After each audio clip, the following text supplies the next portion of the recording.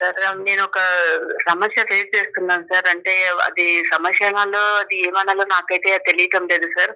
అది నేను ఎవరితో చెప్పుకోలేకపోతున్నాను సార్. ఇంకా ఈ ప్రోగ్రామ్ నేను రెగ్యులర్ గా చూస్తుంటాను. ఎందుకో సార్ నాకు ఇది షేర్ చేయాలి, దీని గురించి ఒక నిర్ణయం తీసుకోవటానికి నాకు ఇంకా ఎవరు నాకు తెలియటం లేదు సార్. ఎందుకంటే మా రిలేటివ్స్ కానీ ఎవరు కూడా నాకు సజెషన్ ఇచ్చే వాళ్ళు ఎవరు కూడా లేరు సార్. అందుకనేసి నేను కాల్ చేశాను సార్. దయచేసి కొంచెం వినడానికి నా కోసం కొంచెం టైం ఇవ్వండి సార్ ప్లీజ్. చెప్పండి అమ్మా వీణా గారు. చెప్పండి మీ ప్రాబ్లం ఏంటి, అసలు ఏంటి, మీరు ఏం ఎక్స్పెక్ట్ చేస్తున్నారు, అసలు ఏం జరుగుతుంది?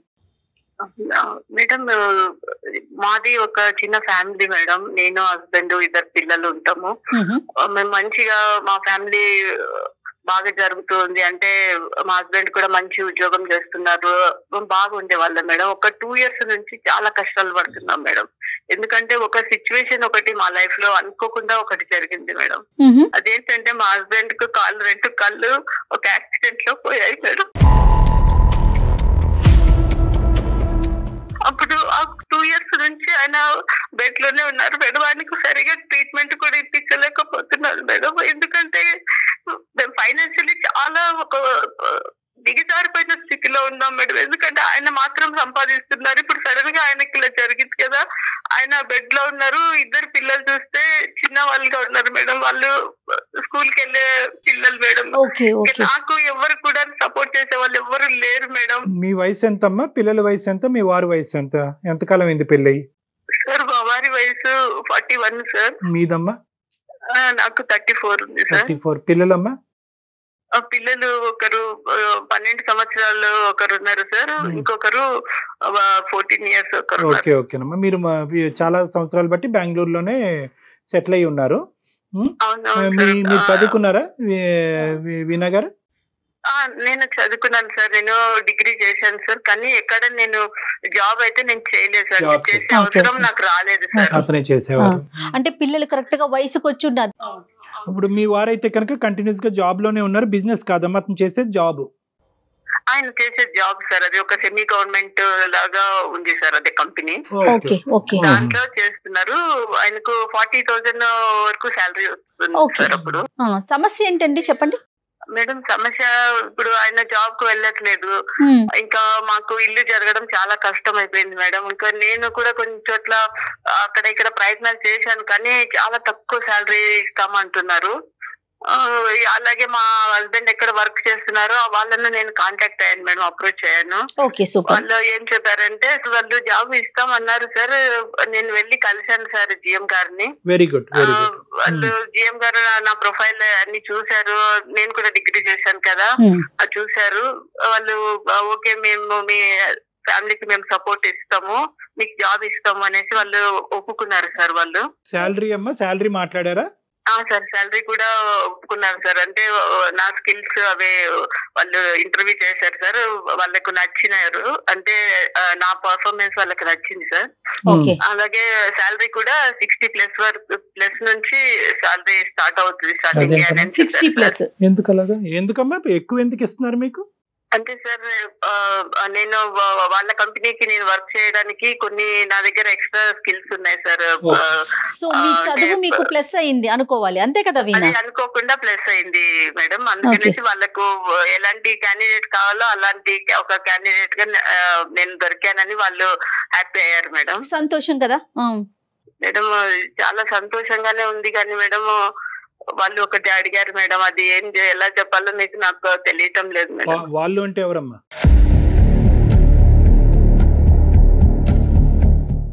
అదే మేనేజ్మెంట్ జిఎం గారు అండి. జిఎం గారు. ఓకే. ఏం అడిగారమ్మా? లంచం అడిగారా?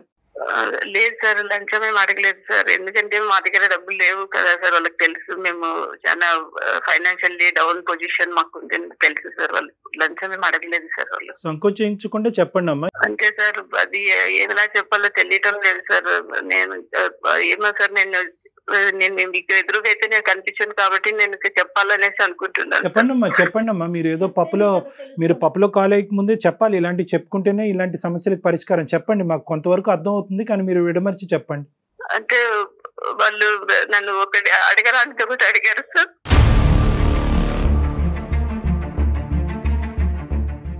కమిట్మెంట్ అడుగుతున్నారు.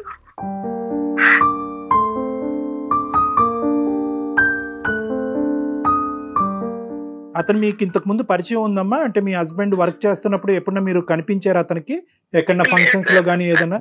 ఎప్పుడు చూడలేదు? లేదు సార్, నేనైతే ఎప్పుడు అంటే మా హస్బెండ్ కు సంబంధించి అక్కడ కంపెనీలకు వెళ్ళడాలి అలాగే నేను ఎప్పుడు వెళ్ళలేదు సార్ ఇంతవరకు. అంటే నేను ఫస్ట్ టైమే నేను వాళ్ళని మీట్ అయినాను సార్. అంటే జాబ్ విషయంలోనే నేను వాళ్ళని మీట్ అయినాను. ఇంతవరకు నేనైతే ఎప్పుడు చూడలేదు సార్ వాళ్ళని. అమ్మా అసలు లోపల నుంచి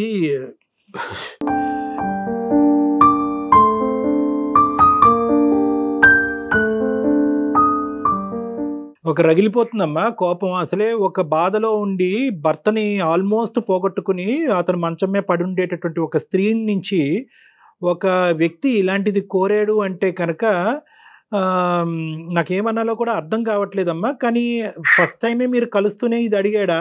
నీకు జాబ్ ఇస్తున్నాను కాబట్టి నువ్వు నాకు ఇది చేయాలని డైరెక్ట్ గా అడిగేశాడా? లేదు సార్, ఫస్ట్ నేను వెళ్ళినప్పుడు నాతో మంచిగా మాట్లాడారు. మీకు జాబ్ ఇస్తున్నాము, ఇలాగే 60,000 మీకు శాలరీ ఉంటది అన్ని చెప్పారు సార్. నేను సంతోషంగా నేను ఇంటికి వచ్చేసి మా వారికి పిల్లలకు కూడా చెప్పాను సార్. వాళ్ళు కూడా చాలా హ్యాపీ అయ్యారు సార్. దేవుడు మనల్ని వదలలేదు, మనం ఇంకా హ్యాపీగా ఉంటాము అనేసి చాలా హ్యాపీ అయ్యారు సార్. తర్వాత మళ్ళీ కాల్ వచ్చింది సార్, ఒకసారి వచ్చి మీరు ఆఫీస్ కు కలవండి అనేసి. నేను మళ్ళీ ఆఫీస్ దగ్గరికి వెళ్ళాను సార్. మీ సర్టిఫికేట్ తీసుకొని రండి అన్నారు. తీసుకొని వెళ్ళాను సార్. తీసుకొని వెళ్ళినప్పుడు అప్పుడు ఆ టైంలో ఆయన చెప్పారు, మీకు ఉద్యోగం ఇస్తున్నాము, మళ్ళీ మీరు మమ్మల్ని సంతోష పెట్టరా అని అన్నారు సార్. నాకైతే అర్థం కాలేదు ఏం అడుగుతున్నారు.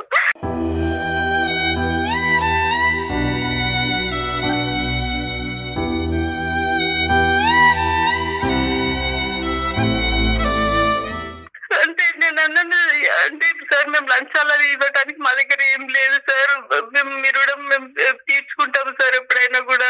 ఇప్పుడు ప్రస్తుతం మమ్మల్ని మీరు ఆదుకోండి సార్, లంచం అయితే మేము ఇవ్వలేము సార్ అని అన్నాను సార్.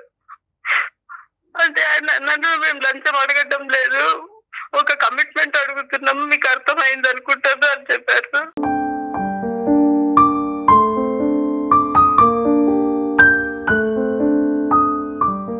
చెప్పులు వేసుకుని వెళ్ళావుగా? అవును సార్. మరి ఎడం కాలు చెప్పు ఎందుకు తీయలేదు సార్? అది నా పరిస్థితి ఇలా ఉంది, నేను ఏం చేయాలో ఒక కన్ఫ్యూజన్ లో ఉన్నాను సార్. ఏం పరిస్థితి అమ్మా? ఏం పరిస్థితి? అతను అడిగింది ఏంటి, మీరు మాట్లాడేది ఏంటి? మేడం పరిస్థితులు అంటే ఏంటి మేడం? నేను ఒక 2 years నుంచి 2 సంవత్సరాల నుంచి ఎంత కష్టపడుతున్నాను ఎవరికి తెలియదు మేడం. నా హస్బెండ్ ట్రీట్మెంట్ ఇవ్వలేకపోతున్నాను, పిల్లలకు సరైన భోజనం పెట్టలేదు, పిల్లలు స్కూల్ ఫీజులు కట్టలేకపోతున్నాను, చాలా బాధపడుతున్నాను మేడం.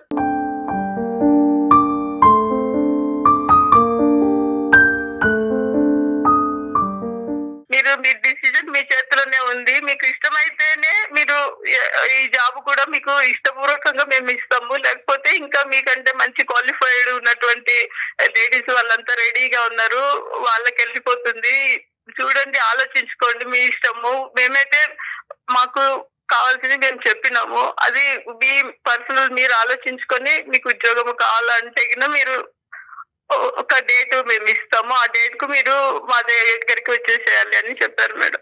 తర్వాత ఇంకా నేను చాలా ఆలోచించాను సార్. నేను టైం తీసుకున్నాను, ఒక వారం రోజుల నుంచి ఆలోచిస్తున్నాను. 10 days అయిపోతా ఉంది ఆలోచిస్తున్నాను. వాళ్ళు నన్ను ఇంకా నెక్స్ట్ మంత్ 1st నుంచి వచ్చి జాయిన్ అవ్వాలి సార్ జాబ్ కు అని చెప్పారు. సారీ వీణా, నీకు అడ్డుపడుతున్నానమ్మా, తప్పుగా అనుకోవద్దు. ఆలోచించటం అంటే ఏంటమ్మా? అంటే ఉద్యోగం తీసుకుని ఆడు కమిట్మెంట్కి అగ్రీ అవ్వాలనా, లేదంటే మర్నాడు వెళ్ళి చెప్పించుకుని కొట్టాలనా, లేదంటే వాడితో ఎటువంటి కమ్యూనికేట్ చేయకుండా ఇంకోటి ఏదో నీ స్థాయికి నీ డిగ్రీకి తగ్గట్టు 20,000 వచ్చినా చాలు అనేటటువంటి ఉద్యోగానికి పోవాలన్నా? ఆలోచించడం అంటే ఆ 10 రోజుల పాటు ఏం ఆలోచించావు నాకు ఒక్కసారి చెప్పు.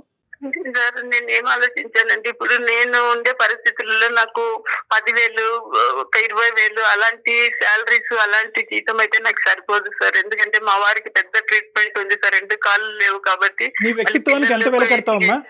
వీణా ఒక్క నిమిషం, నీ వ్యక్తిత్వానికి, నీ పర్సనల్ ఇంటిగ్రిటీకి, ఒక స్త్రీకి ఉండేటటువంటి గౌరవప్రదమైనటువంటి ఒక స్థానానికి, ఒక తల్లికి ఉండేటటువంటి పొజిషన్కి, గౌరవనీయులైనటువంటి ఒక భార్యగా ఉండేటటువంటి పొజిషన్కి ఎంత వెలకడతాం? 20,000, 30,000, ₹1,00,000, 2 లక్షల?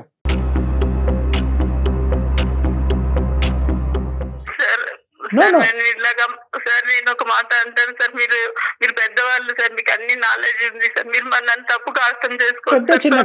చాలా ఇలా జరుగుతున్నాయి సార్. అయితే చాలా మంది నాలాగా చెప్పుకోలేకపోతున్నారు. నేను అయితే చెప్తున్నాను చెప్తున్నాను సార్ మీకు. లేదు నాన్న, ఈ రోజు ఇప్పుడు వీణా 1,00,000 మంది మా దగ్గరికి రాలేదు. మా దగ్గరకు వచ్చినటువంటి ఆ 1,00,000 మందిలో ఒక స్త్రీ వీణా అనేటటువంటి వ్యక్తిని వచ్చినప్పుడు ఆ అమ్మాయి యొక్క అమాయకత్వం లేదంటే ఇమోషన్స్ లో తీసుకునేటటువంటి నిర్ణయాన్ని కడిగి పారేయవలసినటువంటి బాధ్యత మా మీద ఉంది. కాబట్టి నేను నీతో ఇంత గట్టిగా మాట్లాడుతున్నాను. 10 రోజుల పాటు ఆలోచించిన వీణా ఏ నిర్ణయం తీసుకున్నది చెప్పండి సార్. నేను చెప్తున్నాను సార్, మీరు సార్ నన్ను ఎలాగ అనుకుంటారో, నేను ఒక చెడ్డదాన్ని అనుకుంటారో, ఏమనుకుంటారో మరి నాకైతే తెలియదు సార్. నేనైతే నా కుటుంబం కోసం చేయాలనుకుంటున్నాను సార్. నా కుటుంబం, నా భర్త మమ్మల్ని ఎంతగానో ప్రేమించిన మా భర్త ఈ రోజు మంచంలో ఉన్నాడు. ఆయన చూసుకోవాల్సిన బాధ్యత నాకుంది సార్. అమ్మ, నీ గురించి ఏమనుకుంటావు అనేటటువంటి మ్యాటర్ తీసి పక్కన పెట్టండి. మీరు తీసుకున్న నిర్ణయం ఏంటో ఒకసారి చెప్పండి. అవిటితనంతో బాధపడుతున్న నీ భర్త నీ గురించి ఏమనుకుంటాడు అనేది తర్వాత సబ్జెక్టు. నువ్వు ఏం నిర్ణయం తీసుకున్నావు, ఎందుకు తీసుకున్నావు? దానికి ఒప్పుకోవాలనేసి నిర్ణయం తీసేసుకున్నాను.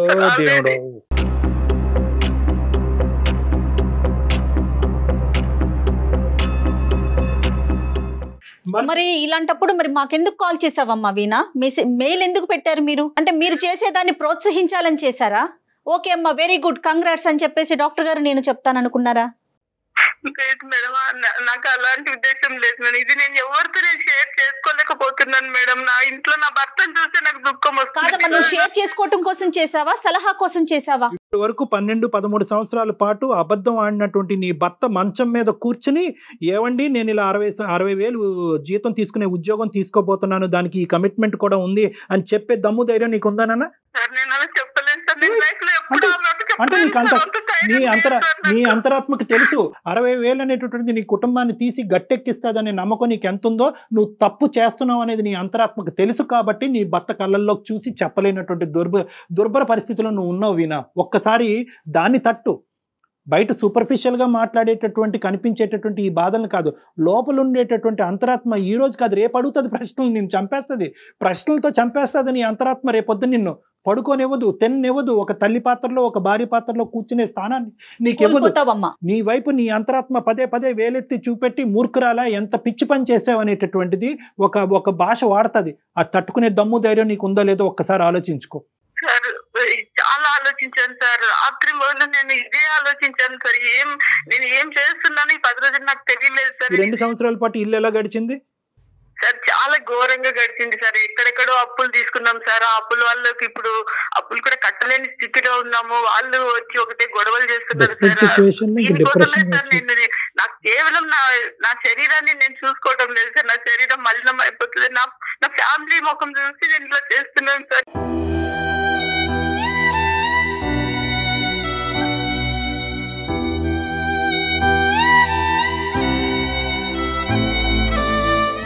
నేనైతే ఇది నా రిలేటివ్స్ కు ఎవరికి, నా ఫ్రెండ్స్ కి ఎవరికి చెప్పలేవు. చెప్పేటటువంటి పరిస్థితి కాదు, చెప్పగలిగేటటువంటి సమాజంలో మనం లేము, చెప్పేటటువంటి వ్యక్తిత్వం నీది కాదు కాబట్టి చెప్పలేవు. అది మనకు తెలుసు. That is a different story. కానీ ఈరోజు నా కుటుంబం గురించి నా పిల్లలు నా భర్త గురించి అంటున్నావు కదా, రేపొద్దున వాళ్ళే చీకొట్టే పరిస్థితి వస్తే కనుక తట్టుకోగలవా? కేవలం డబ్బులు ఒకటేనా ఇక్కడ సమస్య? అప్పులు తీర్చడం ఒకటేనా ఇక్కడ సమస్య? ఈ డబ్బులు కావాలి, అప్పులు తీర్చాలి అనేటటువంటి దారి ఇది ఒకటేనా దారి? ఒళ్ళు అమ్ముకుంటేనేనా? సారీ ఇలా మాట్లాడుతున్నాను, తప్పుగా అనుకోకండి. ఈరోజు మీ శరీరాన్ని పణంగా పెట్టారు మీరు అక్కడ. మీ శరీరాన్ని, మీ వ్యక్తిత్వాన్ని, మీ ఇంటిగ్రిటీని, మీ గౌరవాన్ని, మీ కుటుంబ ప్రతిష్టని, పరువుని అన్నిటిని ఈరోజు పణంగా పెట్టారు. ఇంకో సంవత్సరమైనా పస్తులు ఉండొచ్చేమో కానీ దయచేసి ఇటువంటి నిర్ణయానికైతే మాత్రం రాకండి అమ్మా. చాలా బాధగా ఉంది, గుండె రగిలిపోతుంది. దానికి పైపెచ్చు 10 రోజులు ఆలోచించేశానండి, 11వ రోజు నిర్ణయం తీసేసుకున్నానండి. అయినా కానీ మీకు ఒకసారి చెప్పాలి కదా, ఎవరికి చెప్పుకోలేదు కాబట్టి మీకు చెప్పుకున్నాను. మా కళ్ళల్లో నీ పరువు ఏంటి అనేది ఇంపార్టెంట్ కాదమ్మా. రేపొద్దున మీ పిల్లలు, మీ భర్త మిమ్మల్ని ఎలా చూడబోతున్నారు అనేటటువంటిది మోస్ట్ ఇంపార్టెంట్ ఆస్పెక్ట్. ఈరోజు ఇక్కడ నిర్ణయం తీసుకున్న తర్వాత మా దగ్గరికి రావటం ఏంటమ్మా? ఎందుకు తీసుకున్నారు అలాంటి నిర్ణయం? మీ తల్లిదండ్రులు ఎందుకు నిన్ను కని పెంచి పెద్ద చేసి ఒక గౌరవప్రదమైనటువంటి ఒక ఇంట్లోకి ఎందుకు పంపించారు? ఎందుకు వెనక ముందు ఎందుకు ఆలోచించట్లేదు మీరు? బహుశా మీరు ఏమైనా డిప్రెషన్లో ఉన్నారా? ఒక భావోద్రేకంలో ఉన్నారా? ఆలోచన శైలి కోల్పోయారా? మీ ప్రశ్న మీరే అడుక్కుని మీ సమాధానం మీరే చెప్పుకుంటున్నారా? నేను ఈ నిర్ణయం తీసుకున్నాను సార్. తీసుకోవడం వల్ల ఒకవేళ ఫ్యూచర్ లో నాకు ఇంకా ఏదైనా నాకు ఎఫెక్ట్ జరుగుతుందా? నా పిల్లల పైన ఇది ఏదైనా ప్రభావం చూపిస్తుందా? ఇది నాకు ఆలోచన చాలా ఎక్కువ అయిపోయింది మేడం. ఏం చేయాలి? వినగారు ఒక్కసారి వినండి. ఆ విషయం ఇంకొకరు చెప్పాలా అండి? ఫ్యూచర్లో ఏదైనా ఎఫెక్ట్ అవుతుందా, పిల్లల వైపు నుంచి ఏదైనా వ్యతిరేకత వస్తుందా, సమాజం నుంచి కానీ మీ భర్త వైపు నుంచి కానీ కుటుంబ సభ్యుల నుంచి కానీ వ్యతిరేకత వస్తుందా అనే విషయం ఇంకొకరు చెప్పాలా? ఎవరు అక్కర్లేదమ్మా. మీరు ఒక మూడో వ్యక్తి స్థానంలో నిలబడి మీ అక్కో, మీ చెల్లో, మీ తల్లో, మీ బెస్ట్ ఫ్రెండ్ ఈ పని చేసేటట్టయితే కనుక ఏం మీరు యాక్సెప్ట్ చేస్తారా? మీరేం చెప్తారు? సార్ ఇప్పుడు నేను కరోనా టైం కంటే కొంచెం ముందు మా హస్బెండ్ కు యాక్సిడెంట్ జరిగింది సార్. తర్వాత నుంచి కరోనా స్టార్ట్ అయింది. అప్పుడు ఆ టైంలో కరోనా టైంలో సిచ్యువేషన్స్ టీవీలో ఇవన్నీ చాలా చూసాం సార్. అంటే చనిపోతే ఆ శవాలను తీసుకెళ్లి వాటర్ లో పడేయడము, అంటే వాళ్ళని ధన సంస్కారాలు చేయకుండా ఇంట్లో వాళ్ళని చూడకుండా ఇవన్నీ చూసినప్పుడు సార్ నాకేమనిపించిందంటే ఈ శరీరము చనిపోయిన తర్వాత దీనికి ఒక 1 రూపీ కూడా వాల్యూ లేదు కదా, కనీసం బట్టలు కూడా కడతారో లేదో తెలియదు కదా మనకైతే. ఆ కరోనా టైంలో ఎంతో మంది చనిపోయారు డాక్టర్ గారు, మీకు తెలుసు కదా. ఎంతో మంది ఎలాగ పడేశారు, వాళ్ళ ఫ్యామిలీలకు కూడా ఫ్యామిలీ కూడా వెళ్ళి చూడలేకపోయారు కదా. ఇలాంటి శరీరం కోసం నేను ఎందుకు ఇంతగా బాధపడాలి? ఈ శరీరం అక్కడ శరీరాలు పోయినాయి, కానీ శరీరాలు పోయినాయి, శరీరాలు చాలా కొట్టుకుపోయినాయి, చాలా మంది చనిపోయారు, దిక్కులేనటువంటి చావులు చాలా మంది చచ్చిపోయారు. కానీ వ్యక్తిత్వాన్ని, ఆలోచన శైలిని, కుటుంబ పరువుల్ని తాకట్టు పెట్టుకునేటటువంటి పరిస్థితి ఎవరికి రాలేదమ్మా. అది డిఫరెంట్ స్టోరీ. నువ్వు అనవసరంగా ఎక్కువ ఆలోచించి కన్ఫ్యూజ్ అవుతున్నావు. మీ వ్యక్తిత్వం ఇంపార్టెంట్. ఇదే శరీరాన్ని మీరు ఎప్పుడూ అమ్మేసుకుని ఉండేవచ్చు. కాదు కళ్యాణ్ గారు, ఇప్పుడు తను తీసుకున్న నిర్ణయానికి మిగతా అన్నిటిని ఆపాదించుకొని ఇది కరెక్టే అని తనకు తాను స్వాంతన పొందుతున్నట్లు అనిపిస్తోంది నాకు. ఇప్పుడు మీ లోపల, అవును మేడం, ఇప్పుడు ఏమవుతుంది అంటే కనుక మీ లోపల ఒక డిఫెన్స్ మెకానిజం ఉందమ్మా. అదే ఈరోజు మాకు ఫోన్ చేయించింది. పచ్చిగా చెప్పాలి అంటే మీ లోపల ఉండేటటువంటి అంతరాత్మ, ఇన్నర్ కాన్షియస్ ఏదైతే ఉందో, 6th సెన్స్ అంటూ ఉంటారు కదా, అది చేసింది, మీరు చేయలేదు ఫోన్. ఇది అతను ఎవరైతే మీ జిఎం ఉన్నాడో ఆ మహానుభావుడు, వాడికి ఒక నమస్కారం అమ్మా. చాలా మందికి నమస్కారాలు పెట్టాలి. అలా అయితే అలా కాదు. మీరు ఇప్పుడు వాడు ఎవడైతే ఉన్నాడో ఈ 2 సంవత్సరాల పాటు మీ భర్త లేనటువంటి స్థానాన్ని భర్తీ చేయటం గురించి ఎంతమందికో చేపలకు ఎరేసినట్టుగా ఎరేసాడు, చాలా మందికి ఎరేసాడు. కానీ ఈ ఎరలో పడేటటువంటి వాళ్ళు ఎలాంటి వాళ్ళు అంటే కనుక ఏ స్త్రీ కూడా కావాలని చెప్పి తన యొక్క శరీరాన్ని వెళ్ళి అక్కడ తాకట్టు పెట్టదమ్మా. మీలాంటి డెస్పరేట్గా దిక్కుతోచనటువంటి పొజిషన్లో, డిప్రెషన్లో ఉండి ముందు నుయ్యి వెనకతలు గొయ్యి ఉండేటటువంటి మీలాంటి స్త్రీలు పడేటటువంటి ఎర, మీలాంటి వాళ్ళు పడేటటువంటి దాంట్లోనే అతను ఒక వల పనుకుని అక్కడ కూర్చున్నాడు, నువ్వు వెళ్ళి అందులో పడ్డావు. కాబట్టి నిన్నేం చేశాడంటే రోడ్ బ్లాక్ చేశాడు, శాండ్విచ్ చేశాడు. నువ్వు కాకపోతే వేరే అమ్మాయి వస్తుంది, ఈ అమ్మాయి కాకపోతే వేరే అమ్మాయి వస్తుంది అంటే ఏంటి, మిమ్మల్ని సైకలాజికల్గా ఎలా మారుస్తున్నాడు అంటే కనుక శరీరం అప్పచెప్పేటటువంటి వాళ్ళలో లిస్ట్లో నువ్వు ఒక్కదానివే లేవు, చాలామంది ఉన్నారు. సో వాళ్ళందరూ చేయగా నువ్వు తప్పు చేయడంలో తప్పు లేదు, నీ కుటుంబాన్ని నువ్వు చేస్తున్నావు అనేటటువంటిది ఒక గిల్ట్ ఫీలింగ్ నీలో రెచ్చగొట్టేటటువంటి ప్రయత్నం చేశాడు. సో అందులో నువ్వు పడ్డావు. ఇక్కడ ఇలాంటి మగాళ్ళు లేకుండా ఉండేటటువంటి ప్రపంచాన్ని నువ్వు ఊహించుకోవటం కష్టం. కానీ అట్లీస్ట్ నీ సెన్సిబిలిటీ ఉపయోగించు. ఈ 60,000 వస్తున్నాయి, ఫైనాన్షియల్గా నా కుటుంబం సేఫ్ గార్డ్ అవుతుంది, పిల్లల ఫీజులు కడతాను, భర్తను చూసుకోగలను అనేటటువంటిది ఒక పరిధి. ఇది కాపాడుకున్న తర్వాత ఇంకా జీవితంలో విలువైనటువంటి ఇంకో పెద్ద అంశం ఏదన్నా పోతుందా అనేటటువంటి ఆలోచనతో ఒక్క అడుగు ముందుకేసి ఆలోచించమని చెప్తున్నాను, నేను విన్నపించుకుంటున్నాను. వీణా, మీరు తీసేసుకున్న నిర్ణయానికి రకరకాల కారణాలని ఆపాదించుకుంటున్నారు వీణా. మేడం నేను ఒక్కటే చెప్పదలుచుకున్నాను మేడం, నా స్థానంలో వేరే స్త్రీ ఉంటే కింద మేడం ఎప్పుడో ఒక 3 years ముందుగానే ఆయనను వదిలేసి, ఫ్యామిలీని వదిలేసి తన సుఖం తను చూసుకొని వెళ్ళిపోతుంది మేడం. నేనైతే త్యాగం చేసి నా భర్తను కాపాడుకోవాలి, నా బిడ్డను చదివించుకోవాలని చేస్తున్నాను మేడం. నాకు ఎన్నో అప్పులు బాధలు మేడం, ఎవరు తీరుస్తారు మేడం? అందరు చెప్తారు మేడం, మంచిగా చెప్తారు మేడం. మేడం నేను మిమ్మల్ని తప్పుగా నేను చెప్పటం లేదు మేడం, వేరే వాళ్ళు కూడా ఎవరైనా కూడా నాకు ఇలాగే చెప్తారు మేడం. కానీ వాళ్ళు ఎవరు నా సమస్యలు తీర్చలేరు కదా మేడం. నాకు లైఫ్ లాంగ్ ఎవరు చెయ్యరు కదా మేడం. మీరే ఆలోచించండి. నువ్వు ఏ స్త్రీ గురించి మాట్లాడుతున్నావు నాకు అర్థం కావట్లేదు వీణా. నువ్వు ఏ XYZ స్త్రీ గురించి మాట్లాడుతున్నావు నాకు అర్థం కాలేదు. కానీ ఇటువంటి పరిస్థితుల్లో ఉండే ఏ స్త్రీ అయినా కూడా చాలా మంది స్త్రీలు ఉన్నారు సార్, చాలా మంది ఉన్నారు సార్. అయితే వాళ్ళు బయటికి రాలేకపోతున్నారు సార్, ఇరుక్కుపోయినారు సార్, వాళ్ళ ఫ్యామిలీలో, సొసైటీలో ఇరుక్కుపోయి ఏం చాలా తెలియక బాధపడుతున్నారు సార్. బయట ఇలాంటి చోళలు చెప్పుకోలేరు సార్. నేను ధైర్యం చేసి ముందుకు వచ్చినాను సార్, ఎందుకంటే నాకు మీ సలహా కావాలని సార్. నేను తీసుకొని వచ్చాను సార్. నిజంగా వీణా నాది మేము ఒక్క తప్పు అని నిమిషం నాకు అనిపించటం లేదు సార్. నాన్న నీ మీద మేము కోప్పడట్లేదు, నీ మీద మేమే కక్ష తీర్చుకోవట్లేదు. నువ్వంటే మాకు ఇప్పటికీ కూడా బాధగా ఉంది. నువ్వు అనుభవించేటటువంటి పరిస్థితుల మీద మాకు సానుభూతిగా ఉంది. నువ్వు ఎక్కడ వెళ్ళి ఆ తప్పు చేసేస్తావు అనేటటువంటి భయంతో ఈరోజు మేము ఇలా ఇమోషనల్గా మాట్లాడుతున్నావు. నీ కనువిప్పు కలగటం గురించి, నీ ఆలోచన శైలిని తట్టి లేపటం గురించి మాట్లాడేటటువంటి ప్రయత్నమే కానీ నీ మీద మాకు ఎటువంటి వ్యతిరేకత లేదు. నువ్వు మాకు చెప్పినందుకు థ్యాంక్ యూ. ఎందుకంటే కనుక ఈరోజు నిన్ను కాదు, మీ మొత్తం కుటుంబాన్ని కాపాడేటటువంటి పెద్ద బాధ్యత మేము తీసుకున్నందుకు మేము ఆనందపడుతున్నాం. ఈరోజు అట్లీస్ట్ ఇక్కడితో నిన్ను కాపాడి నీ కుటుంబాన్ని కాపాడితే కనుక అదే మాకు హ్యాపీనెస్ అమ్మా. అవును అమ్మా, ఒకటి ఈరోజు నన్నెవరు కాపాడతారు అంటే కనుక నీకు ఉండేటటువంటి స్థానంలో నిన్ను ఎవరు కాపాడరమ్మా. నిన్ను నువ్వే కాపాడుకోవాలి. నీ క్వాలిఫికేషన్ ఉంది, నీకు ఎలిజిబిలిటీ ఉంది. నీ క్వాలిఫికేషన్ చూసి ఆ జిఎం గాడు కళ్ళు బైర్లు గమ్మి నీ 40,000 కాస్త 60,000 చేశాడు. ఇంకో చోట రాదా 40,000 జీతంతో? నీకు ఎన్ని ప్రయత్నాలు చేసావు ఈ 2 సంవత్సరాలతో? ఎన్ని అప్లికేషన్స్ పెట్టావు? ఎన్ని ఇంటర్వ్యూస్ అటెండ్ అయ్యావు? 10,000 కంటే ఎక్కువ ఇవ్వమంటున్నారు సార్. అమ్మా 10,000 అమ్మా నో తల్లి నో 10,000 భర్త ఉద్యోగం సార్. దీన్ని నేను ఎలా వదులుకోగలను? నువ్వు 40,000 ఫిగర్ చూసి ఒకేసారి 60,000 చూసేటప్పటికి నీ కళ్ళు బయర్లు గమని నువ్వు ఏదో ఒక కొత్త ప్రపంచాన్ని చూడటం మొదలు పెట్టావు. ఇదేంటి ఒక లాటరీ టికెట్, ఒక బోనస్ తగిలినట్టుగా నువ్వు ఫీల్ అవుతున్నావు. కాబట్టి నీకు 60 నీకు నీకు నా భర్తను, నా బిడ్డలను, మీరు నా ఫ్యామిలీని, నా ఇండ్లను చూస్తే మీరు అంటారు సార్ మీరు తీసుకున్న నిర్ణయం కరెక్ట్ అని మీరు అంటారు. నా పరిస్థితి ఘోరంగా ఉంది సార్. కూడా కట్టలేని పరిస్థితిలో. నా పీక మీద కత్తి పెట్టినా నేను చెప్పనమ్మా అది కరెక్ట్ డెసిషన్ అని చెప్పి.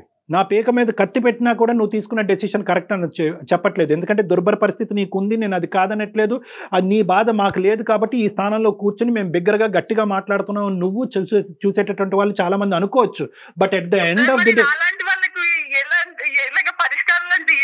అమ్మ నీకు పరిష్కారం లేదు అని కాదమ్మా. నేను చెప్పేది ఒక 2 నిమిషాలు విను. నీ ఫిక్స్డ్ ఐడియాతో నువ్వు మాట్లాడేటట్టయితే కనుక నీ మాటలోనే ఇంకా కొట్టుకుపోతూ ఉంటావు. నువ్వు చాలా ఫిక్స్ అయిపోయి అందులోకి ఏదో విధంగా దూరిపోవాలి. నెక్స్ట్ మంత్ 60,000 శాలరీ తీసేసుకుని అప్పులు వాళ్ళని అందరికీ కట్టేసి వాళ్ళని దూరం పెట్టేసేయాలి అనేటటువంటి ఫిక్స్డ్ ఐడియాతో మాట్లాడితే ఇంకా నువ్వు ఎంతమందిని నా ప్రపంచాన్ని మొత్తాన్ని కూడా నీ యొక్క ఆలోచన కన్విన్స్ చేసేది మమ్మల్ని కాదు, నీ మనస్సాక్షిని కన్విన్స్ చేసుకో. నేను మళ్ళీ చెప్తున్నాను, అది రేపొద్దున నీ పిల్లలతో సహా, నీ భర్తతో సహా ఎంతో కాలం కూడా ఈ గిల్ట్లో నువ్వు ఇది సీక్రెట్ కింద దాయలేవమ్మా. ఏదో రోజు నీ మనసు విప్పి మాట్లాడుతూ ఇంకోళ్ళ ద్వారానో ఇంకో విధంగానో వాళ్ళకి తెలుస్తుంది. అప్పుడు నీ పరిస్థితి ఏంటి అనేటటువంటిది ఆ మెత్తెక్కి కూడా ఆలోచించు.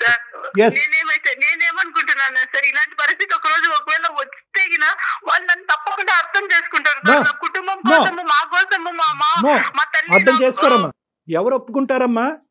అమ్మ నువ్వు ఇల్లు ఒళ్ళు శరీరాన్ని అంతా అమ్ముకుని మమ్మల్ని కాపాడినందుకు నువ్వు దేవతమ్మ అని చెప్పి నీ కాళ్ళ మీద పడి పూజిస్తారనుకున్నావు మహాతల్లి? నిన్ను ఏం మాట్లాడుతున్నావు అమ్మ నువ్వు?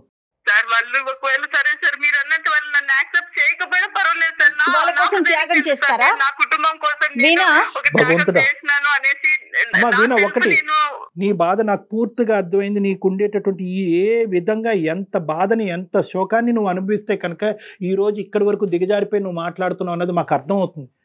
కానీ ఒక్కసారి నా మాట విను. ఈరోజు నువ్వేమంటున్నావు, జాబులు వస్తున్నాయండి కానీ ఏదో ఆ 10,000 20,000కి వస్తున్నాయి, ఆ 10,000 20,000తో నేను ఎలా అండి సర్దుకుపోను అనేటటువంటి మాట నువ్వు అంటున్నావు.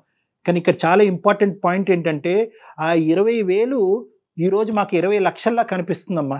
నీ 60,000 కంటే, నీ 60,000 కంటే కనుక ఆ 20,000 నీ వ్యక్తిత్వాన్ని, నీ జీవితాన్ని, నీ ప్రపంచాన్ని, నీ లోకాన్ని కాపాడేటటువంటి 20,000. ఆ 20,000 అలా కాపాడుకుంటూ పోతే ఆ ఎక్స్పీరియన్స్ ఉపయోగించుకుంటే కనుక ఒక 6 నెలల తర్వాత వేరే చోట అప్లై చేస్తే 30,000 వస్తుందమ్మా. మేము ప్రపంచాన్ని చూసామమ్మా. ఒకేసారి 30,000ని కాపాడుకుంటూ ఒక 2-3 కోర్సులు చేసుకుంటూ నీ కరికులం బయటని కొద్ది బిల్డప్ చేసుకుంటే 40,000 వస్తాయమ్మా. తర్వాత 60,000 వస్తాయమ్మా. ఒక 2 సంవత్సరాల్లో 1,00,000 వస్తుందమ్మా. ఇది ప్రపంచం. మనకు వచ్చే 20,000 10,000తోనే మీరు అంటున్నారు కదా సార్ పెరుగుతాయని. మరి నా భర్త కాళ్ళు రావాలి, ఆయన కాళ్ళు నేను ఆపరేషన్లు సర్జరీలు చేపించాలంటే లక్షల్లో తీసుకుంటారు సార్. హాస్పిటల్లో ఖర్చులు అన్ని మీకు తెలుసు సార్ ఎలా ఉంటాయి అనేది. మరి నేను ఆ వేళ్లతో నా ఇండ్లు గడుపుకోవాలి, ఆయనకు ట్రీట్మెంట్ నేను ఎలాగ ఇప్పించగలను సార్? ఆయన నేను నడిపించాలి సార్, ఆయన నడవాలి సార్. ఎందుకంటే ఆయన నా భర్త కాబట్టి. ఆయన కోసం, ఆయన మా కోసం ఎంతో చేశారు. నేను ఇప్పుడు ఆయన కోసం ఏమో చెయ్యాలి సార్. చెడ్డదాన్ని మీరు అన్నా పర్లేదు సార్. నేను అనట్లేదు, నువ్వు చెడ్డదనం అని అనట్లేదు, నువ్వు అమాయకురాలు, ఇది పిచ్చితనం అని ఇందాక నుంచి అందుకే అంటున్నాను. నిన్ను బ్యాడ్ అనట్లేదు, మ్యాడ్ అంటున్నాను. నీకు తెలియట్లే, నువ్వు చేసేటటువంటి నీ ఆలోచన వెళ్తుంది. ఒకటమ్మా, ఫైనాన్షియల్ డిమాండ్ బట్టి దిగజారిపోయేటటువంటి దుస్థితికి మన సమాజం ఇంకా పోలేదమ్మా. క్యాన్సర్ ఉందనో, కుంటితనం ఉందనో, అవిటితనం ఉందో అని చెప్పి స్త్రీలు వాళ్ళ యొక్క శరీరాన్ని అమ్ముకోవటం మొదలు పెడితే కనుక మన భూమాత మనల్ని క్షమించదమ్మా. దయచేసి కాసేపు కూల్గా ఉండి ఆలోచించడానికి ట్రై చేయి.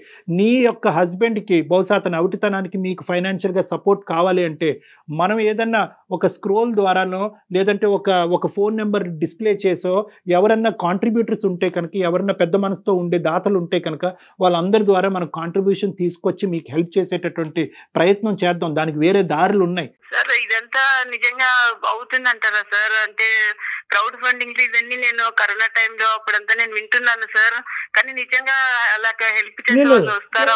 డెఫినెట్ గా ఉందమ్మా. ప్రయత్నానికి మించినటువంటిది ఏమీ లేదమ్మా. నీ స్టెప్ నువ్వు తీసుకుపోయేటటువంటి స్టెప్ ముందు పోలిస్తే కనుక ఈ ప్రయత్నాలన్నీ చాలా చిన్న స్టెప్సే.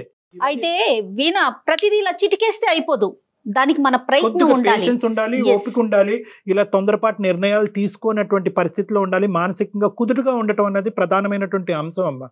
ఎందుకంటే ఒక సింపుల్ లాజిక్ చెప్తానమ్మా నీకు. ఆ లాజిక్ చెప్పి నిన్ను ఆలోచించుకోమని చెప్పి నిన్ను వదిలేస్తాను. ఇందాక నువ్వు అన్నావు రేపో మాపో నా కుటుంబానికి తెలిస్తే కనుక నన్ను క్షమించి వదిలేస్తారని చెప్పి. అప్పుడు చెప్పేది ఎందుకు? ఇప్పుడు చెప్పు. ఒకసారి మీ హస్బెండ్ కూర్చుని ఏమండి ఇలా చేద్దామండి అని అనుకుంటున్నానని ఒక్క మాట చెప్పు. చెప్పలేరు కాబట్టి తప్పు చేస్తున్నారమ్మా. చెప్పలేరు కాబట్టి తప్పు చేస్తున్నారు. నో, అది ధైర్యం లేకపోవటం కాదు, మీరు తప్పు చేస్తున్నారు కాబట్టి మీరు చెప్పలేకపోతున్నారు మేడం. అది నా వేలో రైట్ కావచ్చు, కానీ మా హస్బెండ్ వేలో అది తప్పని ఆయన అనుకోవచ్చు కదా సార్. తప్పని అనుకున్నప్పుడు that story ends there. Full stop పెట్టండి. ఎందుకంటే ఇది కుటుంబానికి సంబంధించినటువంటి వ్యవహారం. కేవలం వీణ 100 ఏదో విధంగా డబ్బులు తెచ్చేయమని చెప్పి ఎవరు మాట్లాడట్లేదు ఈ రోజు. ఇక్కడ డబ్బులు ఎంత అవసరమో దానికంటే 100 రెట్లు పరువు అనేటటువంటిది అవసరం అని భావించే కుటుంబం ఇది. అది మర్చిపోవద్దు. Go for salary. నేను ఇందాక నేను చెప్పినటువంటి ప్రిన్సిపల్, తక్కువ శాలరీ అన్న స్టార్ట్ చేయండి అమ్మా. కోర్సెస్ డెవలప్ చేసుకోండి, కరికులం బయట బిల్డ్ చేసుకోండి, మళ్ళీ రీఅప్లై చేసుకోండి. విపరీతంగా పెరిగిందమ్మా ప్రైవేట్ ఎంప్లాయ్మెంట్, భయంకరంగా పెరిగింది. గవర్నమెంట్ జాబ్స్ వస్తున్నాయో లేదో నాకైతే తెలియదు, కానీ ఎంప్లాయ్మెంట్ ఆపర్చునిటీస్ బాగా పెరిగినాయి. పోస్ట్ కోవిడ్ అంతా నాశనం అయిపోద్ది అనుకున్నారు ప్రపంచం అంతా. ఆపర్చునిటీస్ పెరిగినాయి, నిరుద్యోగం అనేది తగ్గింది ప్రైవేట్గా. కానీ ఎటొచ్చి ఏంటంటే స్టార్ట్లో గోస్లో ఒకేసారి నాకు అప్పులు ఎక్కువ ఉన్నాయి కాబట్టి ₹1,00,000 జీతం కావాలి అంటే అవ్వదు. 20,000 సంపాదించండి, కొద్దిగా అప్పులు తీర్చండి, 30,000 సంపాదించండి, అక్కడ అప్పులు తీర్చండి. ఏమైనా ప్రైవేట్ అప్పులు ఉంటాయి కనుక ఈ పే స్లిప్స్తో వెళ్ళి ఏదైనా ఒక బ్యాంక్ లోన్ తీసుకుని ఆ బ్యాంక్ లోన్ ద్వారా ఫస్ట్ ఈ ప్రైవేట్ లోన్స్ ఇష్టానుసారం వడ్డీలు వసూలు చేసి ఈ ప్రైవేట్ లోన్స్ క్లియర్ చేసుకోండి. ఈ విధంగా ఆలోచించండి. లేదంటే నా దగ్గరకు రండి, వచ్చి ఒకసారి మాట్లాడుకుందాం. హైదరాబాద్ ఒకసారి రండి వీణా, మీరు ఒకసారి డాక్టర్ గారితో కూర్చుందరు కానీ డాక్టర్ గారు మాట్లాడతారు మీతో పర్సనల్ గా. దీని గురించి ఏం చేయాలో తెలియకనే నేను మేడం మీ దగ్గరికి వెరీ గుడ్ మెయిల్ పంపించినాను మేడం. అంటే ఇట్లా ఏదైనా సలహా నాకు ఇస్తారేమో అనే ఉద్దేశంతోనే పెట్టాను మేడం. గుడ్ లక్ అమ్మా. ఆలోచించుకుని ఒకసారి వచ్చి డైరెక్ట్ కలమ్మా. ఈ లోపల జయ గారు క్రౌడ్ ఫండింగ్ గురించి కూడా మేనేజ్మెంట్ తో మాట్లాడి ఆలోచిస్తారు. మీ నంబర్ ఏదైతే సహాయం చేయగలమో చూద్దాము. ఆ ప్రయత్నం కూడా ఖచ్చితంగా మా సైడ్ నుంచి ఉంటుంది. మాకు సహాయం చేస్తానంటే తప్పకుండా నేను మిమ్మల్ని వచ్చి కలుస్తాను సార్. సూపర్. రండి వచ్చి మాట్లాడండి. ఫస్ట్ ఆఫ్ ఆల్ మీకు ఇంకా మంచి అవగాహన అనేటువంటిది వస్తుంది డైరెక్ట్ కలిసినప్పుడు. థ్యాంక్స్ డాక్టర్ గారు. మేడం మీకు కూడా. నమస్తే. Okay, thank you so much Veena. నమస్తే. God bless you. Take care, Amma. Namaste.